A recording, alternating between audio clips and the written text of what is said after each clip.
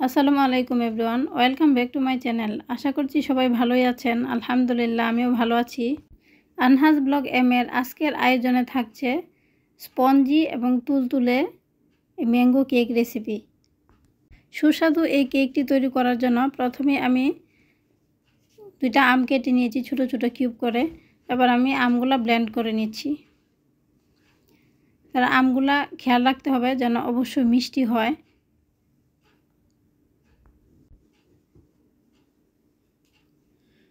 আমি আমগুলা ব্লেন্ড করে নিয়ে আসলাম। এখন আমি ব্যাটারটা তৈরি করে নিচ্ছি। তো প্রথমে আমি একটা ডিম নিয়ে নিচ্ছি একটা মিক্সিং বোলে। আমি ছোট্ট করে একটা কেক বানাবো, সেজন্য আমি পরিমাণটা অল্প নিয়েছি। তা আপনারা যদি বেশি বানাতে চান সেক্ষেত্রে ডিমের পরিমাণটা বাড়ায় দিতে হবে। তো এখানে হাফ কাপ পরিমাণ চিনি দিয়েছি। ডিম আর চিনিটা ভালোভাবে বিট করে নিতে হবে। চিনিটা গলে যাওয়া পর্যন্ত বিট করে নিব।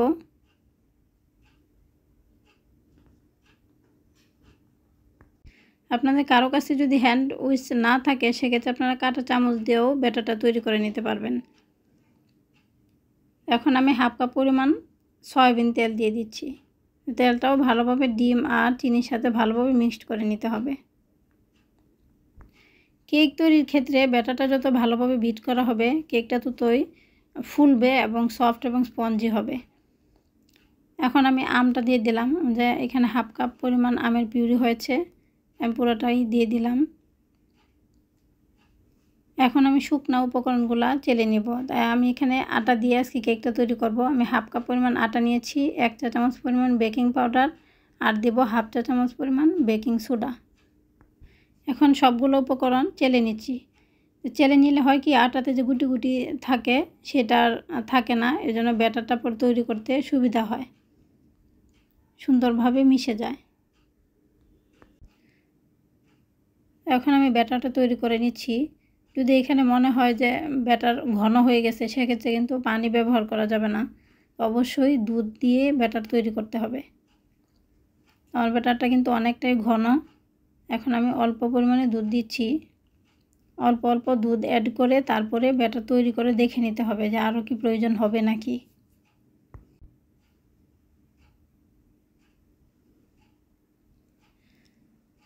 অল্প দেওয়ার পরে আমার ব্যাটারটা এখনও অনেকটাই ঘন আছে, সেজন্য আমি বাকি দুধটুকু দিয়ে দিলাম।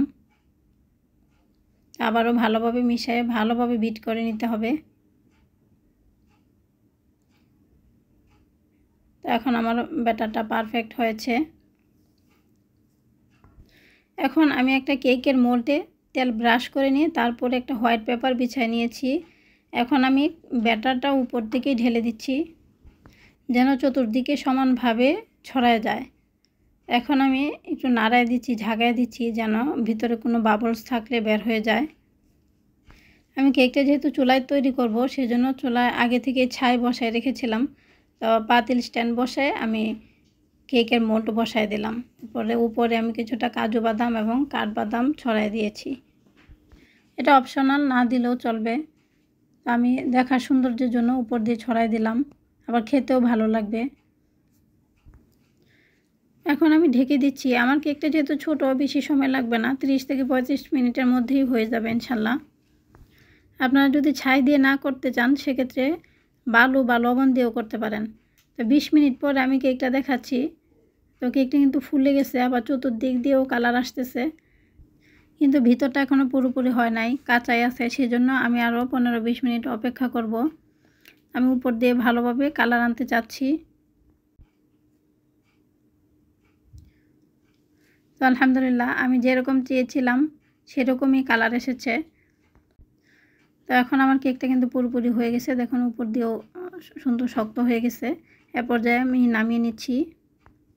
লবণ দিয়ে কেক বানাতে চাইলে পাতিলে হাফ কেজি লবণ দিয়ে তারপর কেকটা বানানো হয়ে গেলে আবার লবণটা ঠান্ডা করে প্যাকিং করে রেখে দিলে পরবর্তীতে আবার সেই লবণ দিয়ে আপনারা বানাতে পারবেন।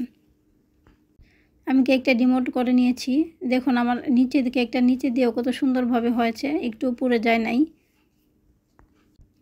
আর যদি দেখেন কেকটা নিচে দিয়ে কিছুটা পুড়ে গেছে সেক্ষেত্রে চাকু দিয়ে একটা লেয়ার কেটে ফেলে দিলেই হয়ে যাবে।